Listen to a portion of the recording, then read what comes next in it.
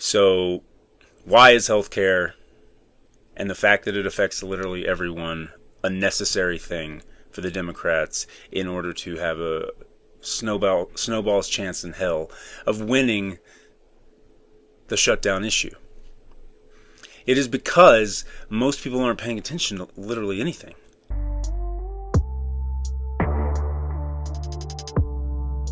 Welcome to episode 2 of the Mad Mod Pod. I'm your host, Ken Thompson. Today on the show, we're going to be talking about the government shutdown and the fight over healthcare subsidies. Democrats have chosen to focus on this issue because it's a core issue that affects literally everyone. Since last time I checked, everyone's got a human body. And a recent YouGov poll from earlier this year shows that Americans trust Democrats over Republicans on the issue of healthcare by double digits, 43% to 26%. And that 26% that trust Republicans will get even lower if the subsidies that the Democrats passed in 2021 do not get extended or, better yet, made permanent. And if the Medicaid cuts that the Republicans included in the one big ugly bill don't get reversed. And so when we think about why healthcare is a good issue for Democrats and why it affecting everyone is necessary, we have to admit a sad truth about our population, which I don't enjoy talking about, but I think that we absolutely need to, and we can't pretend like this isn't a huge part of the problem. So why is healthcare and the fact that it affects literally everyone a necessary thing for the Democrats in order to have a snowball's chance in hell of winning the shutdown issue? It is because most people aren't paying attention to literally anything. Most people have no idea what's going on in the world, much less going on in the country, much less going on in their own state. Most people can't name their own senators, their own congresspeople. They can't name many elected officials in their community, and they're not really paying attention. And that could be for a number of reasons. It could be because they're idiots. It could be because they're apathetic. It's just, I'm not really sure how you explain the number of people in the country that seemingly don't understand A, what's at stake, and B, what they're taking for granted and have been taking for granted. And the sad truth is that the vast majority of Americans are barely paying attention to practically anything outside of their immediate world until it creeps up and metaphorically smacks them in the face. And so unfortunately, small d democracy is not something that we can run on, campaign on by itself, and realistically expect to win, much less expect to win a government shutdown fight over. And in some sort of overlap between being a moron and just being ignorant but capable of learning if necessary, the total creates a lot of eligible voters who either do not vote or do, but can't help but vote against their own interests because they don't know what they're really voting for, and just they drag us along with them. Because that's how this country works. That's how democracy works. And so we're in a situation that means if we don't somehow persuade a lot of the independent voters, some of the people in the middle who are gettable, I don't think many in the core MAGA community are gettable, but I do think a lot of people outside of that base are. And we have to reckon with this fact. I mean, if we just pretend like this isn't a big part of the problem, I mean, this says a lot about the American people that is hard to put into words, and that's why we don't want to talk about it without recognizing the reality that our fellow Americans are either unable to comprehend what's happening or don't seem to care about the very central thing that has provided them with the cultural, structural, and legal right to live in a legitimate democratic republic with a free and open society. And this was a concept, by the way, I mean, this is literally in the very beginning of the Constitution. We, the people of the United States, okay? It's a government for and by the people. It's the very idea of self-governance. It's the very idea of by the consent of the governed. And you have to ask yourself, does MAGA even understand the concept of the consent of the governed? based on what you see now from this administration that Republicans overwhelmingly voted for and overwhelmingly still support. They definitely like the consent of the governed when they're not in power. You know, they spent a lot of time talking about how Biden was overreaching on his presidential authority and it was a regime and this and that and the other thing. How many of these people know what they actually voted for? And if they don't, how is that possible? And the big question for me is, should we, being supposedly moral people, save them from themselves? I admit that I struggle with this question because I truly don't want people to suffer. I do not. And I don't want people to go without health care. I think everyone deserves and needs health care. And so this is the rub, because I also think, if I'm being totally honest, and I promise you guys that I would, and it's hard to admit this, but I think that too many voters have demonstrated a total unwillingness to learn anything on a policy level without having to first feel the consequences caused by their vote, directly by their vote. And enough people have to legitimately learn that Trump is an authoritarian who doesn't really actually give a shit about them or you. And that everything that he told them during the election campaign for 24 was all just to get himself back into office, keep himself out of jail, and go after his own political enemies for his own retribution, not for theirs. He was never about their retribution. I will be your retribution. No, he was about his own retribution. And they seemingly had no idea that that's what was happening. And instead, he could be using the power of the presidency, the actual legitimate power of the presidency, not this actual overreach. He could be using this power to go after groups and individuals, legitimate threats to the country, part of his sworn oath to defend and uphold our Constitution.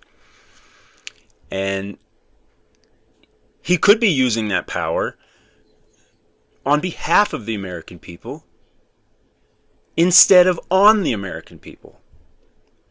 I mean, a lot of the power of the presidency is designed such that he can flex on behalf of the country. He is our ultimate representative. And instead, they are obsessed with this unitary executive theory, which is a bullshit theory that the founders would have never agreed to. And I will cover that in another episode because it is its own episode, at least. But from everything I can tell, from everything that evidence is saying about voting patterns, I think only then, after the pain, the consequence of their vote is felt, is it possible for these voters to be more accepting of reality, and to vote more in line with reality, rather than based on feelings, nostalgia, and apparently what they would like to be true or wish to be true instead of what is true.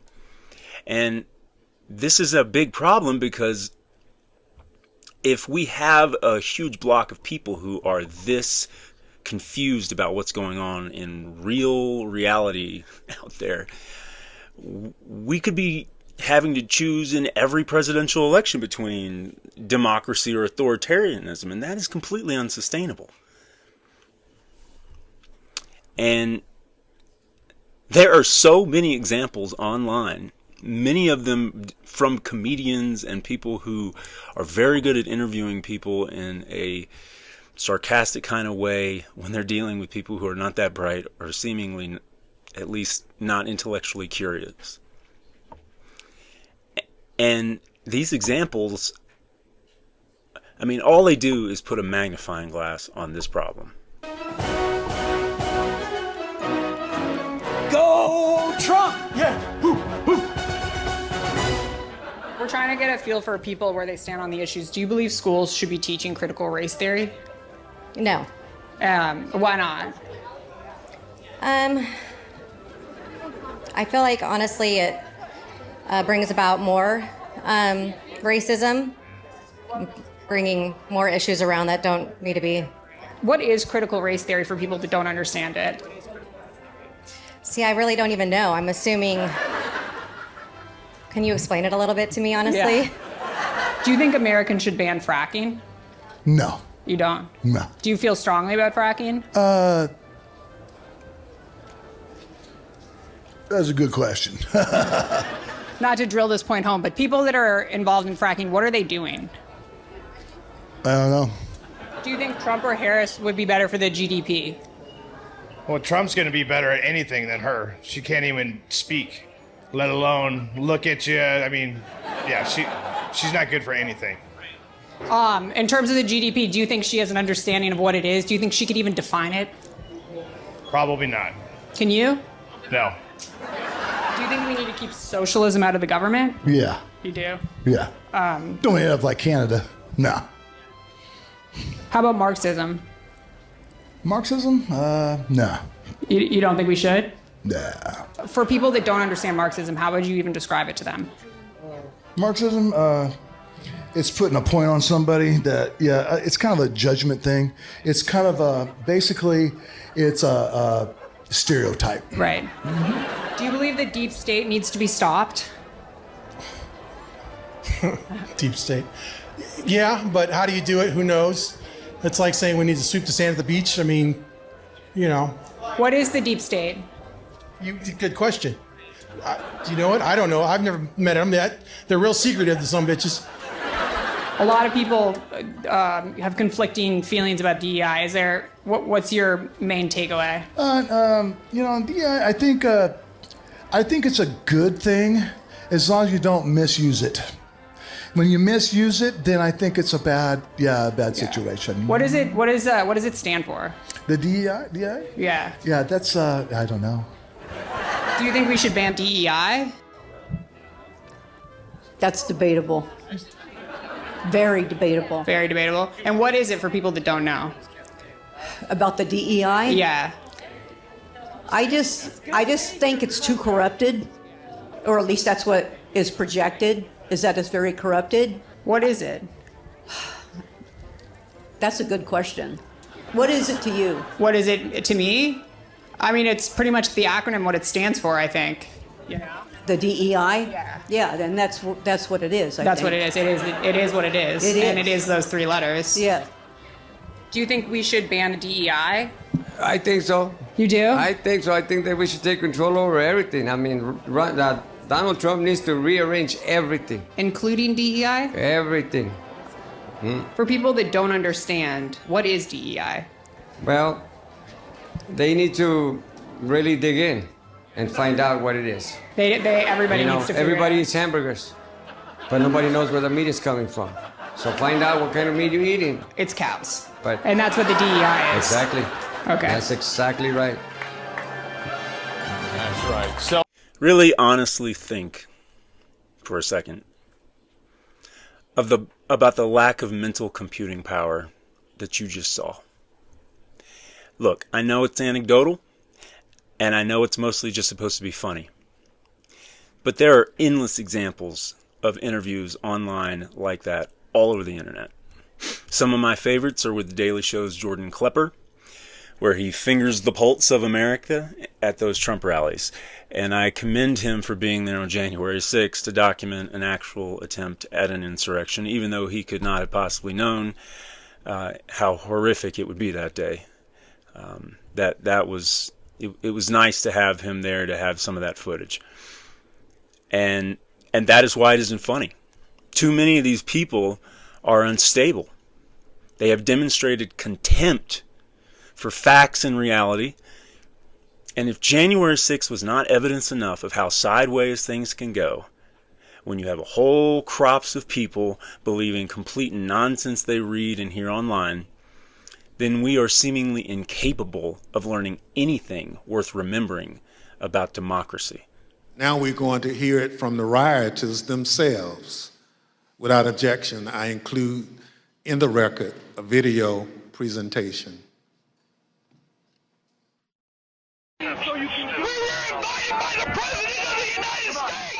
What really made me want to come was the fact that, I had supported Trump all that time. I did believe, that the election was being stolen.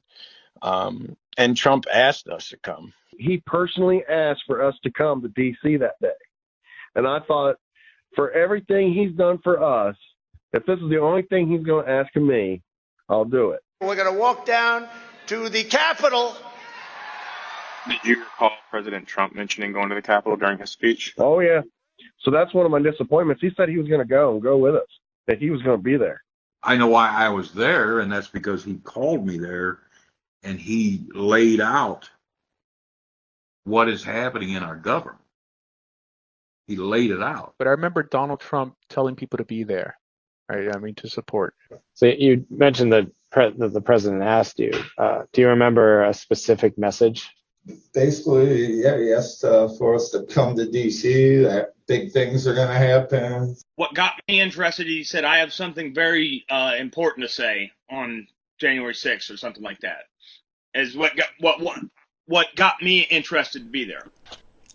And sure, maybe if we had a stable government and a stable democracy, we could trust that the number of people out there and the number of people like those in the video was microscopic. And then it would be funny.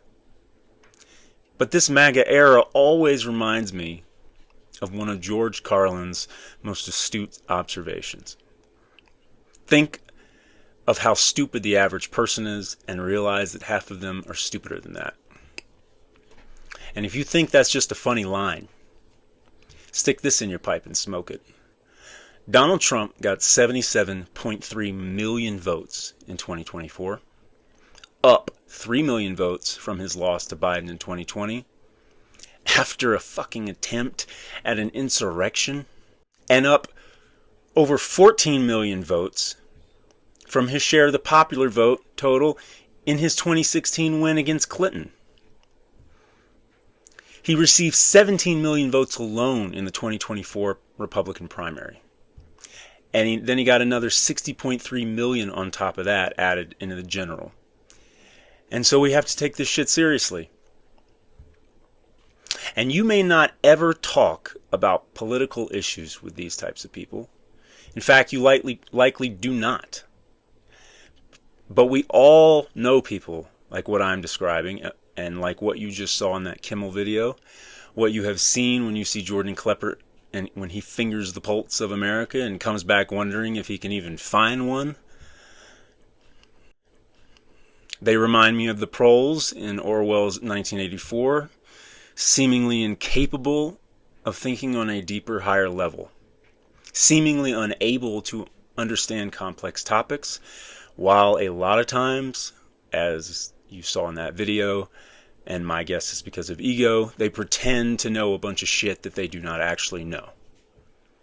Why do they pretend? Assuming we even make it through this shit and come out on the other side, and that is a big if right now, that is for a team of psychiatrists, psychologists, sociologists, and historians to study and figure out. But they are out there. Millions of them.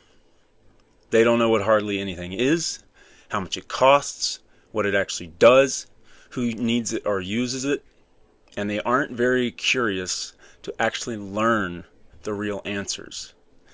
Yet they sure are sure about a lot of shit. Alright, so off my tangent. Since everyone needs healthcare and therefore it affects literally everyone personally and immediately, even if some of these people aren't that bright, or at the very least in an attempt to be generous, not very intellectually curious, its consequences are felt across the country more immediately, which is a core requirement for messaging if Democrats are to win the messaging argument over who is at fault for the shutdown itself, something that we do not really know yet. Right now it seems as though Democrats are winning the messaging battle, and more people are blaming Republicans than Democrats, but that could change, and it's very important that Democrats stay unified on the messaging. And this period also allows an opportunity for Democrats to make other arguments while they primarily fight for health care. And if they can win this particular fight, and in whatever sense of the word winning can be meant here, perhaps it can help Democrats get their political mojo back, get their political confidence back, if that's possible. And a lot of getting their confidence back has to do with not overthinking every little thing, picking smart political fights as a party, attacking each problem with as large a coalition as you can, and then being relentless about them and unified around them. Think about how much more unified and relentless Republicans are when they try to get something done, even if what they are doing is usually disgusting and or idiotic. Bill Clinton famously said, when people are insecure, they'd rather have somebody who is strong and wrong than someone who's weak and right. Well, what if we're both strong and right? How much can that help? Will that help? Shouldn't that help? And in that vein, be strong. And do not be intimidated by Republican bullying tactics, their attempt at bullying, their attempts to control the messaging battle. The best thing you can do with a bully is not give them even 1 inch.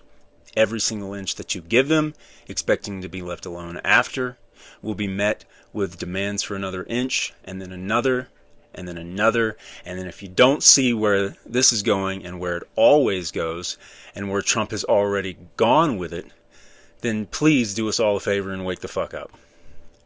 And importantly, we can and must deny them every single inch without being violent or without threatening violence. We must win with organizing, civil disobedience, better ideas, and more authentic messaging and content. Being willing to go anywhere to talk to voters who can be realistically persuaded, and by getting shit done. You know, kind of the core message of Ezra Klein's abundance. And speaking of civil disobedience, and I'll talk about this on another podcast episode coming up, but great job to everyone who came out to the No Kings protest on Saturday. I went to the one in northwest Denver suburbs with my wife, and the turnout was amazing. I'll post a separate podcast again about all of that and civil disobedience as a larger theme. But I'm very excited and happy about the level of turnout. With over 7 million people hitting the streets, it sent a visual message that cannot be ignored. And bodies in the street, physical bodies in the street protesting is its own kind of messaging. It is in and of itself a message. And so the more people are in the streets, the bigger the message. People showed up to protest against Trump everywhere, not just in all 50 states, but in every state, multiple, sometimes dozens, sometimes hundreds of protests. Start in the great state of Alabama. At least 15 No Kings protests all around the state of Alabama. People protested at the foot of the Edmund Pettus Bridge in Selma. They protested in Oxford, Alabama. Hundreds of people turned out there. In Montgomery, they marched from Riverfront Park. Here's a look at the crowds that turned out in Huntsville, Alabama, and in Birmingham, where the march started at Railroad Park. Here's Dothan, Alabama, and Guntersville, Alabama. And up to Alaska, at least 25 No Kings protests all across Alaska, including Nome and Homer and Juneau and Sitka, basically every town of any size that you can name in Alaska, and a bunch you've never heard of. Look at the big crowd in Anchorage. Right? We've got a big, look at the crowd in Anchorage. Here's also Seward and Fairbanks, and in Wasilla, from which Sarah Palin can see Russia from her house. Now to Arizona. More than 60 No Kings protests all across the state of Arizona. State's newsroom reports that when Arizona had its huge turnout for the No Kings protests in June, one of those states where people were really wowed by the turnout in June, that was about 40 Arizona protests in June. This time they had 60, including Scottsdale and Goodyear, Arizona. Also Flagstaff, one of my favorite places in the whole country. People turned out all along Route 66 in Flagstaff. And look at the huge crowd. Look at Phoenix. Look at the huge crowd that turned out at the state capitol in Phoenix. going back to what I said in the first episode about cruelty, when I say let's get the cruelty out of politics, I want to be very specific as we talk about civil disobedience, as we talk about not being cruel. I do not mean withholding from calling someone a moron if that's what they are. I do not mean withholding from calling someone an authoritarian or a fascist if that is what they are. I do not mean withholding criticism and public mockery of behavior that deserves to be ridiculed, such as Pam Boondi's ridiculous behavior in front of the Senate, or Pete Hegseth looking like a fucking jackass in front of our nation's generals and admirals, or Kristi Noem going to El Salvador to do her wannabe ICE Barbie photo op with a bunch of prisoners behind her as props, or ICE doing fascist shit on the streets of American cities at the behest of the American president and his deputy chief of staff, or 1,000 other things I'll have to cover in future episodes. And then there is this cruelty on full display with arrogant delight from our Office of Management and Budget. And that brings me to Russell Vought. Want to be very aggressive where we can be in shuttering the bureaucracy, not just the funding, but the bureaucracy, that we now have an opportunity to do that. And that's where we're going to be looking for our opportunities. So you're saying there's been a snapshot of 4,000 jobs cut. Correct. Is there a special, but it could grow much higher. It could grow higher. I think we'll probably end up being north of 10,000. That was White House Budget Director Russell Vought this week previewing potential mass layoffs during the government shutdown. Vought, who was a key architect of Project 2025 and also served as OMB director during President Trump's first term. He has been a catalyst behind the administration's efforts to fire federal workers, gut key agencies, and slash foreign aid. Now a piece published jointly by ProPublica and The New Yorker is taking a deeper dive into Vought's dismantling of the federal government, chronicling his rise from the mailroom of the U.S. Senate to what some call the shadow president. Joining us now, author of that piece, who spent nearly a year profiling Vought, investigative reporter at ProPublica, Andy Kroll. Andy, it's good to see you. I'm curious what you found overall about who Russell Vought is and what space he's taking in this administration. Are there any echoes of Elon Musk or something completely different? It's good to be here, Mika. The Elon reference is an interesting one, I would say. You know, the first few months of the administration, Elon and his Doge crew were rampaging through the federal government, breaking things and moving fast, to use the Silicon Valley term.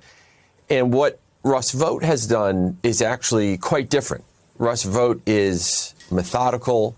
He has been working on his plan to, as he puts it, dismantle the federal bureaucracy, fire workers, in some cases, shutter entire agencies like the Consumer Financial Protection Bureau or USAID. He's been thinking about these things for years. He has been planning them. And in fact, as we report in the piece, drawing on new interviews, new audio that's never been published before, Russ Vought spent the 4 years of the Biden administration laying the groundwork for a lot of the things that we have seen in the last 9 months. And that really helps explain why this Trump administration has looked so different compared to the chaos and the dysfunction of the first one. So, Russell Vought is the director of the Office of Management and Budget. And he has already begun firing thousands of federal workers during the shutdown due to his obsession with RIFs, or reduction in force. And as this is from Axios, as of October 18th, by the numbers, so far there have been about 4,000 shutdown terminations, all now held up in court. Around 300,000 federal workers outside of the military or postal service, or 14% of the workforce, is expected to depart this year, which has led to rising unemployment, particularly in and around D.C., and spill over into the private sector as contractors and consultants lose work and funding. What's next? Vought said this week that terminations would be rolling through the shutdown, and north of 10,000 federal workers may ultimately lose their jobs. Bottom line, the White House moves will make it harder to attract expert and skilled employees to a workforce tasked with scientific research, crafting policy, and affecting regulations. And this is a man who's apparently been thinking about this shit for years. And a person who is very excited about just slashing and burning most of our executive branch. Vought's vision for the U.S. government, an all-powerful executive branch, would be able to fire workers, cancel programs, shutter agencies, and undo regulations that govern air and water quality, financial markets, workplace protections, and civil rights. The Department of Justice, meanwhile, would shed its historical independence and operate at the direction of the White House. All of this puts Vought at the center of what Steve Vladeck, a law professor at Georgetown, described to me as the Trump administration's complete disregards for the law. And if you look at historical parallels and you read books like the one written by former Secretary of State Madeleine Albright or Anne Applebaum, the groundwork being laid here for destroying democracy. I mean, Mika, it's pretty clear what Russ Vought wants, right? He's written it all out. He wrote it in Project 2025. And Andy, a bit like we've seen with Stephen Miller, these two men spent 4 years out of office very carefully studying the levers of the power of government, building the coalitions that they needed to build in order to get this done, raising the money that they needed to raise in order to enact the immigration policies that they want. So I guess the question is, we know what he wants. We know they've worked hard over the last 4 years to try and get as much of this agenda through as they can. How much of this can they do? How far can they go? I mean, based on the 9 months we've seen so far, I think a lot farther than what someone like a Steve Vladeck at Georgetown Law that I spoke to for this story might have expected. And there are a few reasons for that. I mean, the first reason is that Congress, in particular the Republican majority, has put up nary a whimper, any kind of defense to the extremely aggressive posture that the Trump White House, and in particular OMB Director Vought, have taken. Russ Vought has essentially said to Congress, we are going to short circuit the entire appropriations process, the power of the purse, Congress's number one job priority, by freezing billions of dollars, by rescinding billions of dollars, by essentially jamming up the whole government funding process. That is not how Schoolhouse Rock taught us the Constitution and the federal government is supposed to work, and yet that is what Russ Vought has done, and Congress has not really put up much of a fight. And then if you look at the way this administration has been succeeding in court so far, in the lower courts, mixed record. At the Supreme Court, much more success so far. And so I think there is a level of surprise, even among legal scholars who thought that, Russ Vought would have a better chance of succeeding given all the preparation. A little bit of surprise at how aggressive the administration has been, how little opposition from within the Republican Party there has been, and how successful they've been at the courts. And again, we're just 9 months into this administration. As the director of the Office of Management and Budget, Vought is now basically the Elon Musk Doge replacement, and a man that Trump has used on social media to antagonize and threaten Democrats with unleashing on the federal workforce as the Grim Reaper during the shutdown. This was obviously at the beginning. Now we're very deep into this. But this is from ABC reporting when this stuff first happened. And so the White House on Friday defended President Trump's continuing use of social media to troll Democrats during the government shutdown, threatening targeted cuts and posting 2 deepfake videos featuring Project 2025's co-author as the Grim Reaper and another mocking House Minority Leader Hakeem Jeffries. In one post late Thursday, the president posted an AI-generated video depicting Office of Management and Budget Director Russ Vought as the Grim Reaper, while the administration threatens mass layoffs of federal workers and cuts to what Trump calls Democrat agencies.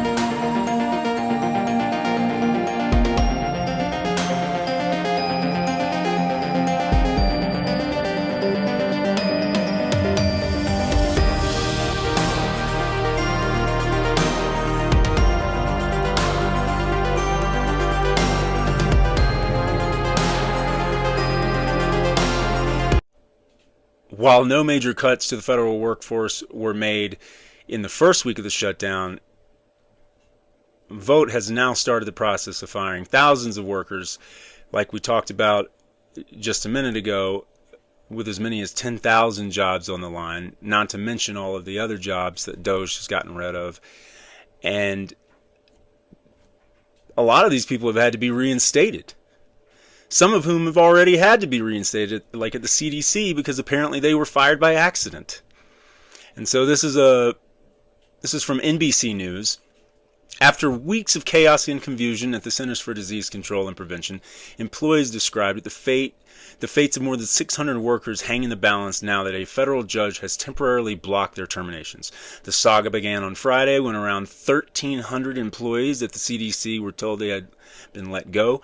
Less than a day later, around 700 of them were told that they had received the notices in error.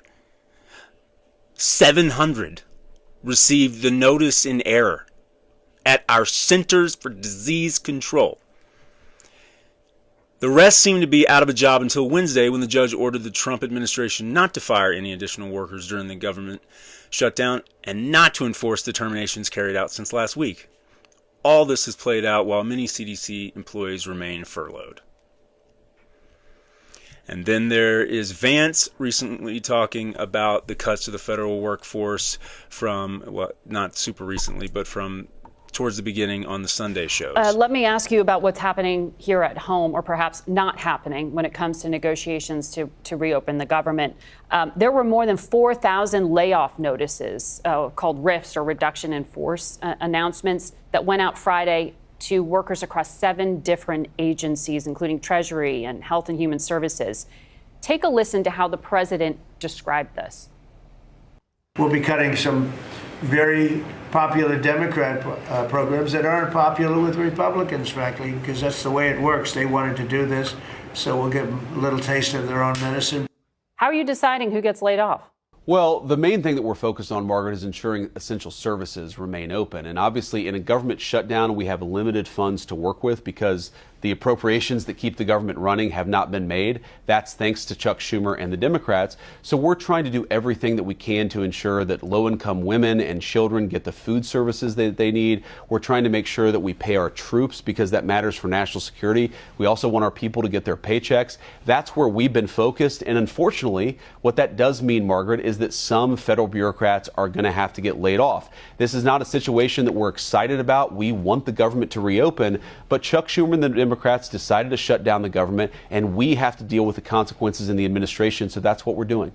Well, these aren't furloughs. These are notifications of being laid off, of losing their jobs. That's why it's a little different this time. And specifically, when it comes to what's happening within the health sector, CBS did confirm on Saturday that the Trump administration went and rescinded some of the layoffs of hundreds of CDC scientists who were mistakenly laid off on Friday and then told Saturday that's not the case. But some of them were involved with the federal measles response. Some of them were involved with the response on Ebola. How does a mistake like this happen? Did the White House even talk to the CDC? Well, so two responses to that, Margaret. First of all, I want to assure the American people that the frontline healthcare workers, the people who monitor measles, Ebola, and other infectious diseases, those people are still on the job, and we're trying very hard to figure out how to ensure those people get a paycheck, of course, because we want them to be happy and healthy. We want them to be able to do their jobs well. But the second point, Margaret, is the government shutdown inevitably leads to some chaos. We are figuring out how to take money from some areas and give it to other areas. That chaos is because Schumer and the far left Democrats shut down the government. We have to remember, Margaret, that the vast majority of Republicans, and to their great credit, a number of moderate Democrats have consistently voted to reopen the government. But if Chuck Schumer and the far left Senate Democrats are going to shut down the government, that is going to lead to some chaos. So you ask, how does this mistake happen? It happened because Chuck Schumer shut down the government, and we're trying to make sure that essential services still function in the face of that shutdown. But that was a White House decision to lay off these individuals. You heard the president talking about that. That wasn't Chuck Schumer's decision. I understand your broader point on the negotiations, but the layoffs came from the president and the White House. Well, But my point is, Margaret, that we have to do layoffs because we have to preserve necessary resources to do the most critical things that the government does. And in that phase, you're going to have some chaos. You're going to lay off people, frankly, Margaret, that the White House doesn't want to lay off. We would like to reopen the government and ensure these essential services stay on. But unfortunately, in an environment where we're dealing with limited resources, where the government is shut down, we've got to move some things around. And in that moving things around, there is some chaos, there is some unpredictability, but we're trying to do everything that we can with the hand of cards that Chuck Schumer and the Democrats have dealt us. That's our solemn promise, and that's our duty to the American people, but there's going to be chaos. That's why we want to open the government. That's why we want the Democrats to accept that the government should be open. If it's not obvious, basically what they're doing is using the federal workforce like hostages. And they are metaphorically, and I do mean metaphorically, killing a few of the hostage victims to force the Democrats to give in, knowing the Democrats care about the federal workforce and care about people wanting health care, and that MAGA couldn't give a shit. Which all by itself could be its own episode. But for now, given the blatant authoritarianism, I am torn on this issue. I think healthcare should be one of the arguments that the Democrats make, and even if it is the main argument, because of the immediate effect that people will feel when their premiums skyrocket. But given the level of lawlessness going on in our executive branch, and Trump threatening to destroy his own branch of government to force the Democrats' hand, I think it's sort of a weird argument to continue to point out how unconstitutional Trump's executive branch is behaving, with the National Guard pouring into random cities that offend Trump for whatever random bullshit he's upset about, and ICE roaming the country at Stephen Miller's orders, and then turn around and agree to fund this same government if only the Republicans will extend the healthcare tax credits for constituents, many of whom voted for Trump and voted for this, whether they realize it or not. Listen to the Bulwark's JVL's words that are pretty wise, in my opinion, about the messaging regarding the shutdown. And this remains true even now. Just as a niggling point, I mean, my message to Democrats would be shutdown. We didn't do the shutdown. Republicans control the entire government. They have the votes to pass whatever they want. Now, if they can't do that because of their own incompetence, and they would like to have some Democratic votes to bail them out of the mess they created for themselves, then we are here to listen. But we have not shut down anything. They own the whole thing. Yep. They own the whole thing. Who's the Speaker of the House? Who's the Majority Leader of the Senate? Who's the President of the United States? Who's the Chief Justice of the Supreme Court? We're just standing around here, right?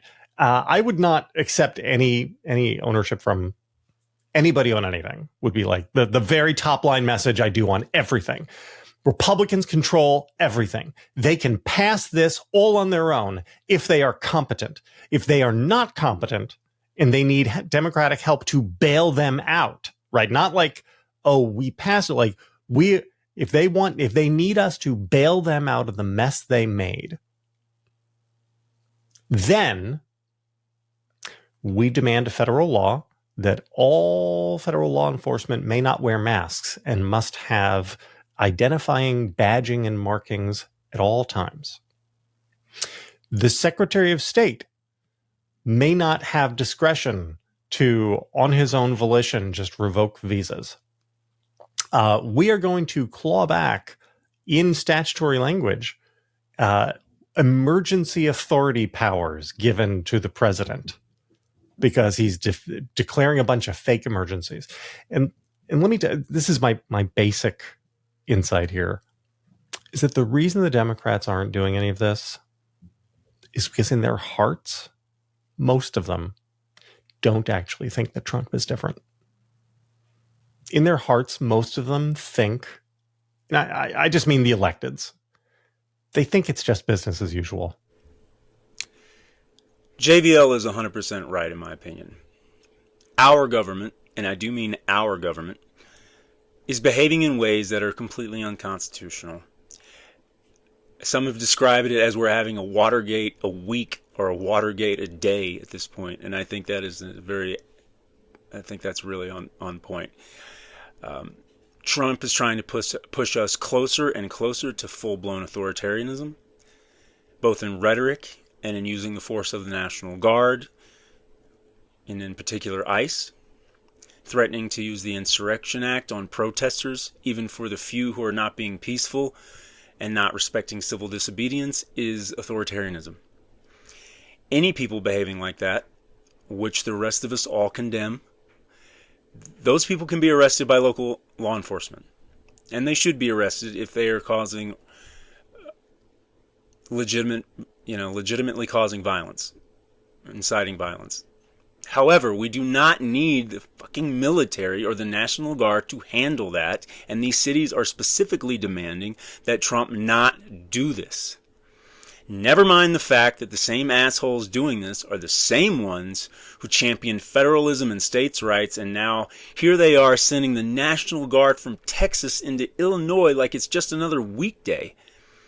The nerve and the audacity to be that blatantly hypocritical in your authoritarianism is just as maddening as the rest. Never mind the fact that these are protesting activities like the No Kings protests that could not be remotely described as an insurrection. And never mind the fact that the blatant hypocrisy of the entire Republican Party trying to whitewash January 6th, which actually was an attempt at a fucking insurrection. And many MAGA lawmakers like professional bullshitter Josh Hawley were running out of the damn building when it happened, running out of the Capitol, or hiding somewhere in random offices and rooms. And they pretty much all would have been victims of violence if the Capitol Police hadn't stopped and redirected the mob. Senator Josh Hawley also had to flee. Earlier that afternoon, before the joint session started, he walked across the east front of the Capitol.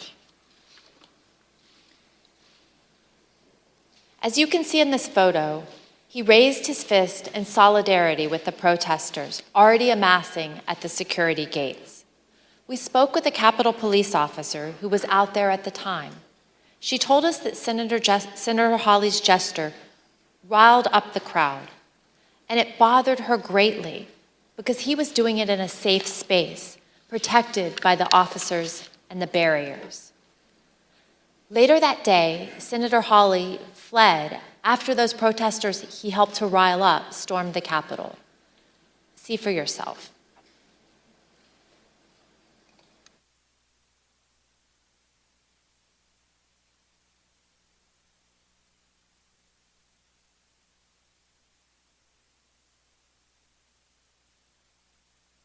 Yet they still have the unbelievable nerve to downplay it and whitewash it now. Never mind that Trump gathered all of our nation's top generals and admirals together in person from all over the world to tell them crazy shit like this just earlier this month.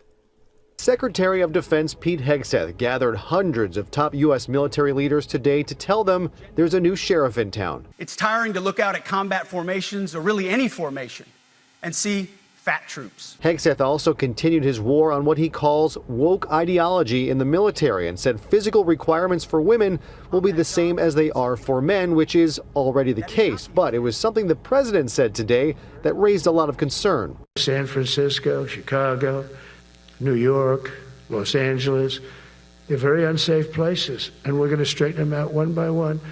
And this is going to be a major part for some of the people in this room. That's a war, too. It's a war from within. I told Pete we should use some of these dangerous cities as training grounds for our military. The whole thing was vile. The idea of sending U.S. troops to train on the U.S. population, the very people the military is sworn to protect, drew immediate condemnation. The man doesn't give a damn about regular people, about Americans. He serves only himself and his ego. It should scare us all. This is something that we just don't do in America. Governor Newsom posting to social media, this speech should terrify anyone who cares about our country.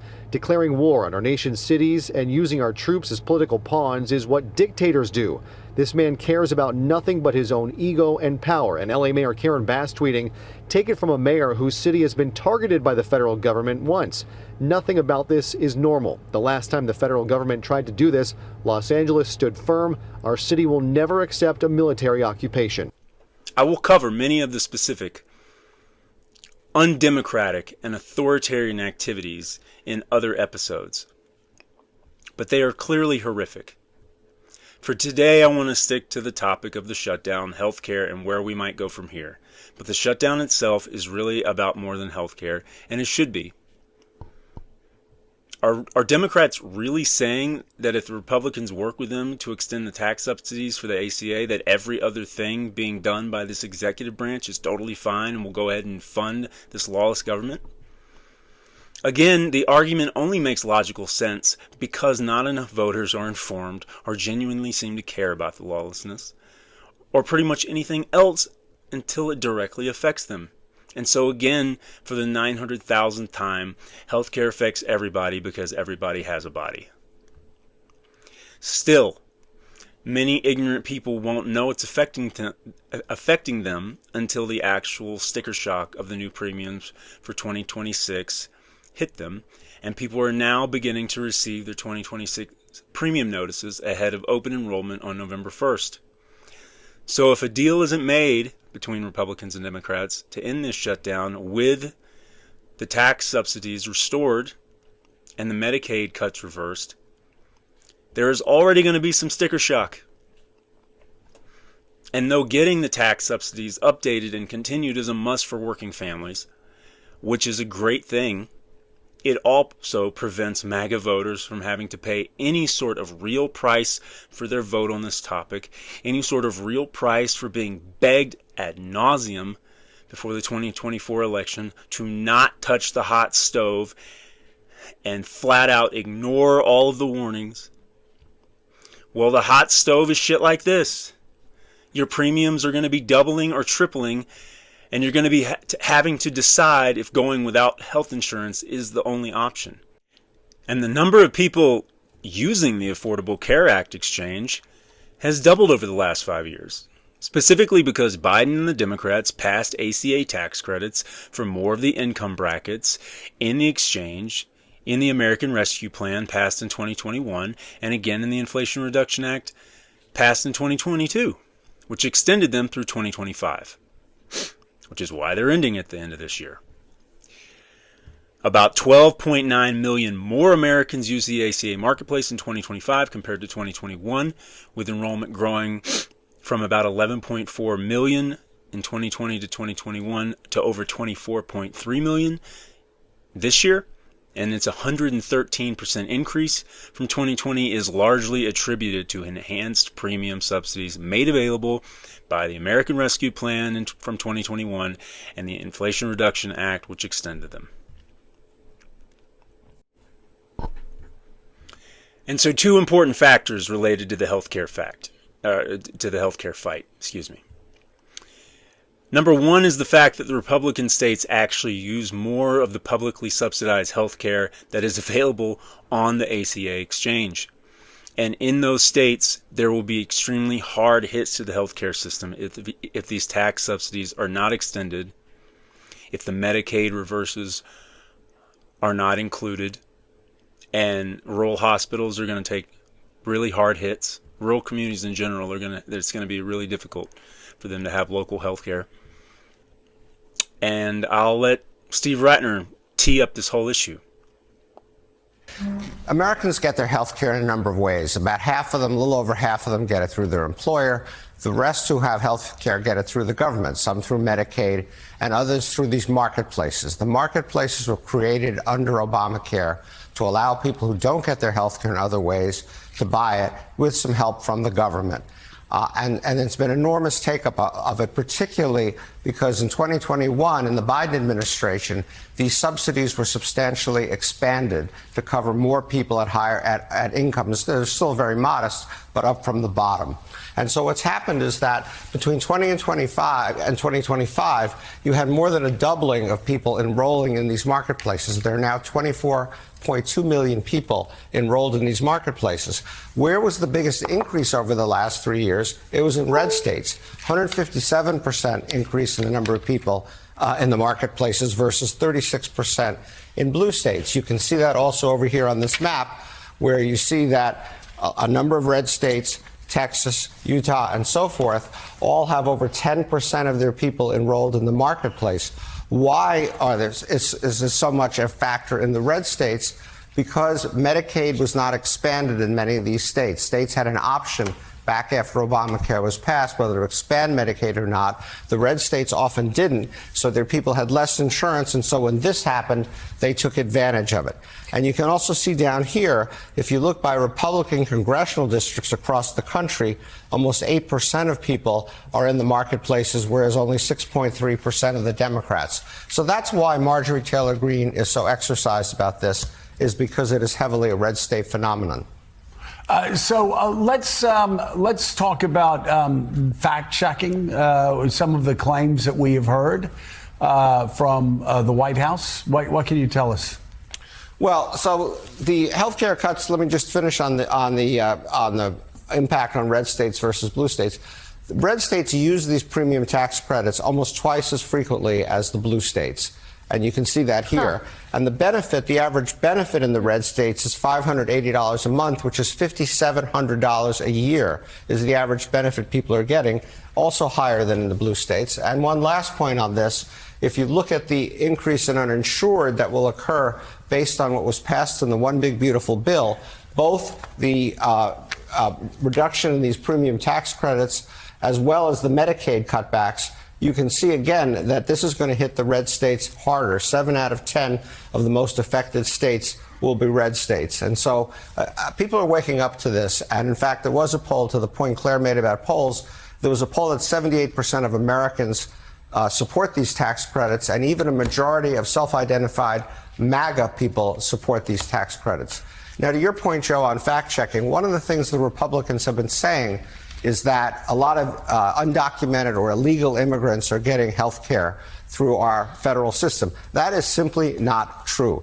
They cannot get health care through Medicaid. They can't take advantage of these tax credits. None of that is true. All they can do is go to an emergency room, and under federal law, anyone who goes to an emergency room must be treated. The government reimburses the hospitals for that. But if you look at all of the Medicaid spending, only 0.4% is on this emergency room subsidy, which not just includes undocumented immigrants, includes all Americans of every sort who go there. So you're talking about a trivial amount of money that perhaps an undocumented immigrant is able to take advantage from the healthcare system. Yeah. The other thing that we have to point out is that this is going to have a significant impact on hospitals. And again, something the Trump administration has not acknowledged. More than 40% of hospitals in America lose money, and an even higher percentage of rural hospitals lose money. And so what's been happening for a long time is closure of rural hospitals, very few opening. And so again, you can see that part of the pressure on these Republican congressmen is their rural hospitals are under enormous pressure. So there was 157% increase in the use of the exchange made available by the Affordable Care Act, aka Obamacare, by people in Republican-controlled states versus a 36% increase in Democratic-controlled states. And by the way, if you didn't know, the Affordable Care Act, also known as the ACA, was the same as Obamacare. Now you know. Now you know. Why is this heavily a red state phenomenon, you ask? Well, first of all, there are some states where the ACA exchange with tax credits is the only thing standing between some families and being forced to go with health care, because these states did not expand Medicaid when they had the chance to as a result of changes made in the ACA. And these states are Alabama, Florida, Georgia, Kansas, Mississippi, South Carolina, Tennessee, Texas, and Wyoming. And then there's Wisconsin. Wisconsin is the only one of these states with a Democratic governor, but they have an entirely Republican-controlled state legislature which won't allow the Medicaid expansion. And because they don't have access to the Medicaid expansion, those people who would be on Medicaid are instead using the ACA with the tax subsidies. And so this is something that's going to increase the cost for everyone in the end, for 1,000 reasons that I'll explain in other episodes, because you're taking a ton of money out of the system. That money is being used especially in rural areas, and it's being used predominantly by Republicans in Republican states. And the way that Republicans run their states is just objectively worse by the numbers overall. And here's a great example of how Republicans run their states, and yet the constituents never blame them for their bad outcomes ever, seemingly. Somehow, it's always the Democrats' fault. Why Oklahoma never voted in a Democratic government, even though Oklahoma has terrible local governance, and they are near or dead last in positive outcomes for their residents. Only 2 states in the entire country voted unanimously across every county for the same presidential candidate. Trump won all the counties in Oklahoma, and Harris won all the counties in Massachusetts. And when you compare these states side by side, you really start to wonder why people aren't voting for Democrats. The all-Trump state of Oklahoma is 44th in education, 49th in healthcare, 44th in quality of life, and dead last 50th in test scores. And when you look at Massachusetts, they are 1st in education, 2nd in healthcare, 1st in quality of life, and 1st in test scores. Kind of hard to argue for Oklahoma here. And it's not just about who they voted for in the election. This is a Republican-run state, and these are the results of that Republican leadership. And this is a state run by Democrats, and those are the results of a state run by Democrats. And if you look at other red states, you'll find the same exact low-quality outcomes you see here. And if you look at other substantially blue states like Massachusetts, you'll see similar outcomes to what you see there, because Democratic policies work and Republican policies don't, because Republican policies go, I don't want to spend any money on anything, we're just going to hope it all works out. It doesn't. And Democratic places go, we need to spend money on basic infrastructure to support people. And what do you know? That works out. Now, does this mean that all Democrats spend money well, or that they always have an understanding of what it takes to govern well? Of course not. And crime, homelessness, and the border are areas where they did not at all sufficiently deal with the problems on the ground. And now, because they failed to deal with those problems, there was a huge backlash in 2024, and Trump rode that wave of backlash momentum back into the White House. And as an example of what I'm talking about, very quickly, as David Frum wisely wrote in his Title from a Great 2019 article in The Atlantic, if liberals won't enforce borders, fascists will. And I will discuss what that specifically means if it's not obvious in another episode. But I think it's a really interesting point, because it represents the fact that there are really only 2 options on a lot of these issues, and Democrats like to pretend like there are secret options 3, 4, 5 that aren't really there.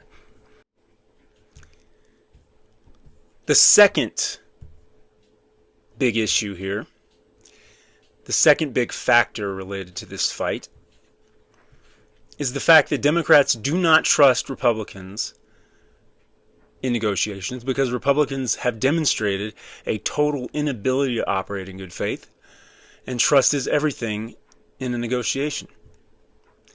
Between rescissions and impoundment by Republicans and Trump, why would Democrats be able to trust that anything they agree to with Republicans in Congress and Trump will be honored?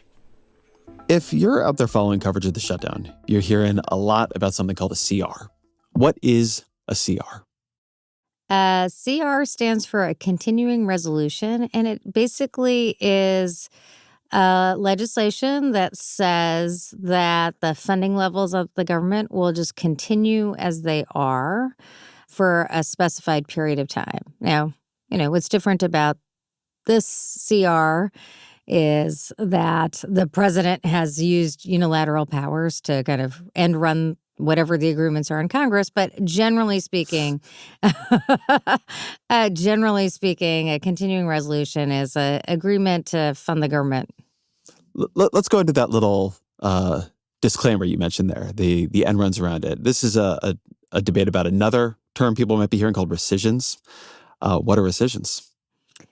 Rescissions are legislation that pulls back funding that has been agreed to. So essentially, it takes, what's interesting about the rescissions packages is they are not subject to filibuster. So it just takes a simple majority. So if it takes 60 votes to come to an agreement, and then it takes a simple majority to pull back funding, claw back funding, that means that, whatever you agree to in a bipartisan manner can be undone in a partisan vote. So there are often in congressional fights the things that people following in the news know everybody's fighting about, and then sometimes some more internal procedural things that have completely pissed everybody off. And this rescissions bit is actually, from my talking to people in Congress, pretty significant.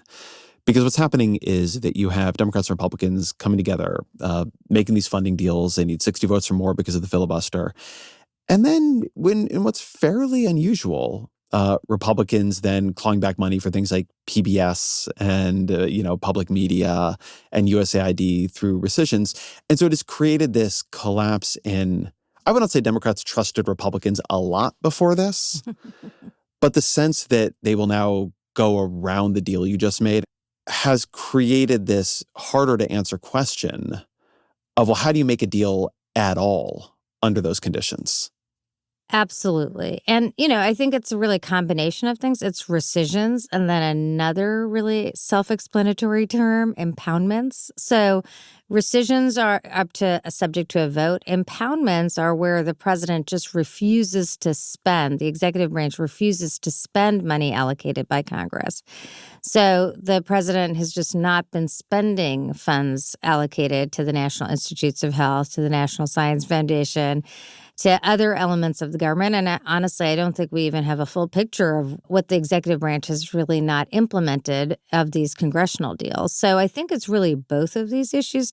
But it's also the fact that essentially Russ Vought can decide to just not listen to Congress at all. And I think that is really the fundamental threat to Article 1. They are both threats to Article 1, but it's this combination where essentially the executive branch is usurping Article 1 spending powers. I know this is like totally in the weeds here, but Congress is designated to decide how the government allocates funding.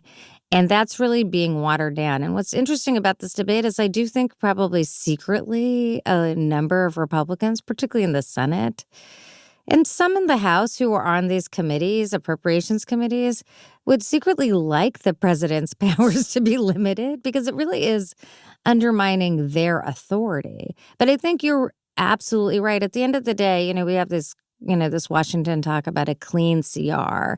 But fundamentally, this is very different from any other period of time that I've been in Washington where essentially it's not a clean CR because, you can undo it. I mean, essentially, you could have an agreement between Republicans and Democrats on what is called a clean CR, and then a month or two later, Russ Vought could just decide not to spend, multiple billions of dollars for an agency. And then what has anyone even agreed to? So I think that is a fundamental part of this debate as well. There's also the reality that if rescissions become common practice or impoundment becomes common practice, there will be Democratic presidents.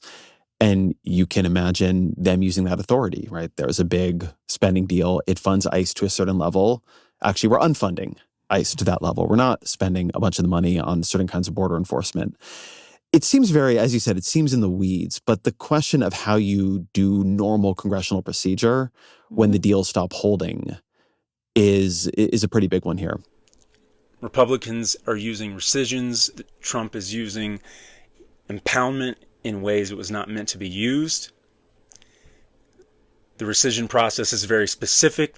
It's governed by the Impoundment Control Act of 1974 and requires cooperation between the President and Congress. The President is supposed to send a special message to Congress and the House outlining the specific unobligated funds to be rescinded and providing a justification. Then there's a temporary hold. After the message is sent, the administration can temporarily freeze the funds for up to 45 continuous legislative days while Congress considers the request. Then there's a congressional review where both chambers review the request. For this rescission to be enacted, a rescission bill must be passed by a simple majority in both House and the Senate and signed into law. If Congress does not act on the rescission bill within that 45-day period, the executive branch must release the funds for agency use. So you have to pass something with 60 votes, but you only need a simple majority to rescind it. And Republicans are using that in ways it's not meant to be used. Rescissions have been a significant part of the budget debate in 2025, involving both the legal use of the process and controversial pocket rescissions. The Rescissions Act of 2025, Trump signed into law, which rescinded nearly $9 billion in previously approved funding for fiscal years 2026 and 27. The final bill passed by Congress, however, was amended to restore some of the original funding targeted by the president, including some global health programs, and the cuts ultimately targeted foreign aid, $7.9 billion in foreign aid, international spending, public broadcasting, over $1 billion was cut for the Corporation of Public Broadcasting, leading to the announcement in August 2025 that it would shut down in January 2026. And pocket rescissions. The Trump administration announced a separate attempt to cancel $4.9 billion in foreign aid using a strategy dubbed pocket rescissions. This involves proposing rescissions late in the fiscal year, allowing the targeted cuts to expire before Congress can act. And then the Government Accountability Office and other nonpartisan groups have stated that this tactic is illegal. It's an overstep of presidential authority, as if Trump cares about that, though. What rescissions cannot be used for, what they cannot target. Rescission authority is limited and cannot be used to cut all federal spending. Targeting discretionary spending, rescissions only apply to discretionary spending, which accounts for about 20% of the total federal budget. This includes funding for defense, education, and transportation. Mandatory spending is exempt. Rescissions do not apply to mandatory spending programs like Social Security, Medicare, and Medicaid. Changes to these programs require broader legislation. And the Impoundment Control Act of 1974 was passed to curb what it saw as the executive branch overreach from President Nixon, who had withheld billions in federal funds for programs that he opposed. The act reasserted Congress's powers of the purse and established specific procedures for any executive branch impoundments.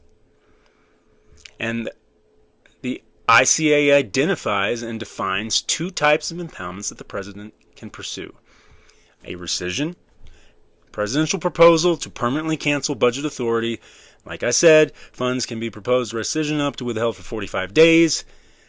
If they don't pass it, the funds must be released. A deferral, a temporary delay in spending funds within the same fiscal year. Deferral is only permitted under narrow circumstances, such as for contingencies or to achieve savings through greater efficiency.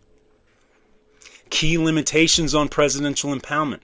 The ICA and other legal precedents place strict limitations on the executive branch's ability to impound funds. No unilateral cancellation. The president cannot permanently cancel funding on their own. Congressional approval is required. Not a line item veto. Cannot eliminate individual spending from provisions from a bill they have signed. This was ruled unconstitutional by the Supreme Court in 1998. Not for policy disagreements. Presidents cannot withhold funds simply because they disagree with the policy reasons for which Congress appropriated them. That is a very important one here. And the role of the Government Accountability Office is tasked with ensuring executive branch compliance with the ICA. The Comptroller General, who leads the GAO, reviews all impoundment special messages to Congress. If the President or an agency fails to report an impoundment or illegally withholds the funds, the GAO must notify Congress and can sue the executive branch to force the release of the funds.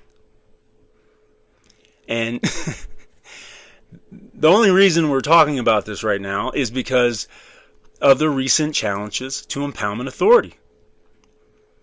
It has resurfaced. It has resurfaced solely because Trump is an authoritarian and he thinks he can just withhold or deny or do whatever he wants. He's had recent unilateral actions in his second term, has issued executive orders to pause federal grants and other funding, which some observers classify as impoundments, and I would say, yeah, no shit.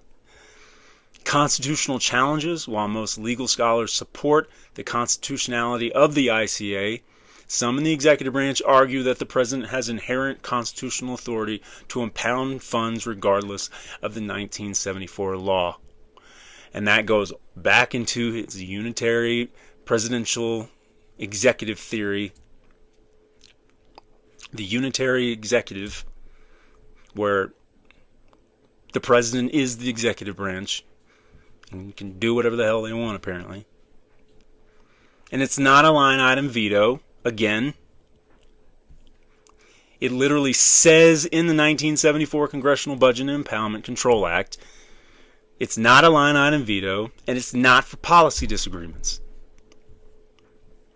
They are trying to argue that the unitary executive theory, which is based on the idea that because the phrase, the powers of the executive branch shall be vested in the president, in the opening line of Article 2, Section 1 of the U.S. Constitution, they are establishing that the president is the sole holder of the nation's executive power. The vesting clause gives the president the authority to enforce laws, act as commander-in-chief, appoint officials, make treaties, and receive ambassadors, while also outlining a 4-year term for the president and vice president. The scope of these powers have been a subject of debate throughout U.S. history, and I will cover this in more, like I said before, in more depth in a future episode. But it's simply absurd to think, again, it's just absurd to think that the founders would fight against a tyrant only to install one of their own via what would essentially be an executive king. And so, in conclusion, as I wrap up this episode, the main takeaway for me is that MAGA does not operate in good faith. And you cannot negotiate, reason, bargain, or work with people who will just ignore what you've all agreed to and then just big fat do whatever the fuck they were going to do anyway and hide behind the unitary executive theory. Not to mention, after they argue that Trump can do whatever the hell he wants and that the Supreme Court grants him total immunity as president, they will turn around and say that half the shit that Obama and Biden did was not constitutional, didn't go through the proper channels, or was otherwise illegal because of XYZ bullshit legal claim. These people do not operate in good faith.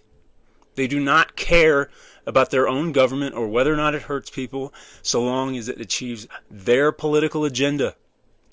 And it is hard to move forward and negotiate with people who are complete hypocrites, who agree to terms and then just ignore them, and who use the legal system for political aims while ignoring real crimes because, again, it helps them achieve their political agenda. And so as we think about how to move forward from here with the fact that Democrats pass policies that a ton of Republicans use and don't seem to understand that they use, until we grapple with the fact that Republicans do not operate in good faith at all, and if you negotiate with them, it doesn't really necessarily mean that they can be trusted to hold up their end of the agreement. And we don't want people to lose health care, but we also want people to feel the pain and the consequence so that they will stop making terrible decisions with their vote. Because otherwise we're just in an endless cycle. And the Democrats specifically have to understand what kind of fight they're in. They have to be prepared for the type of response that they're going to get from Republicans. They have to and be able to anticipate some of the crazy that the Republicans are going to bring. And they have to not, I don't know if it's normalcy bias. I don't know if it's them just unwilling to meet the moment. But I will leave you with this quote that I think is extremely applicable in our current situation. And I just saw it randomly online. But I think it's perfect for the situation we're in. If you sit down to play a game of chess and your opponent punches you in the face, you're not going to prevail by getting any better at chess. And that is what Democrats need to grapple with as they face this shutdown fight. If they really plan to restore these healthcare subsidies for people and then sign off on the rest of a budget that can only be described for use in authoritarianism. And so we will talk about this more on another episode. I wish I could leave you with more of a positive vibe at the end here, but that's what we're doing. We're telling the truth, and we're trying to just grapple with reality so that we can make our reality better and beat authoritarianism. Because that will be a through line that runs through every single one of these podcasts in some form, regardless of what I talk about. Because I am not going to live in an authoritarian society, and I hope you won't either. And so I'll leave you with that. I appreciate your time. Take care. And I've been Ken Thompson. This is the Mad Mod Pod.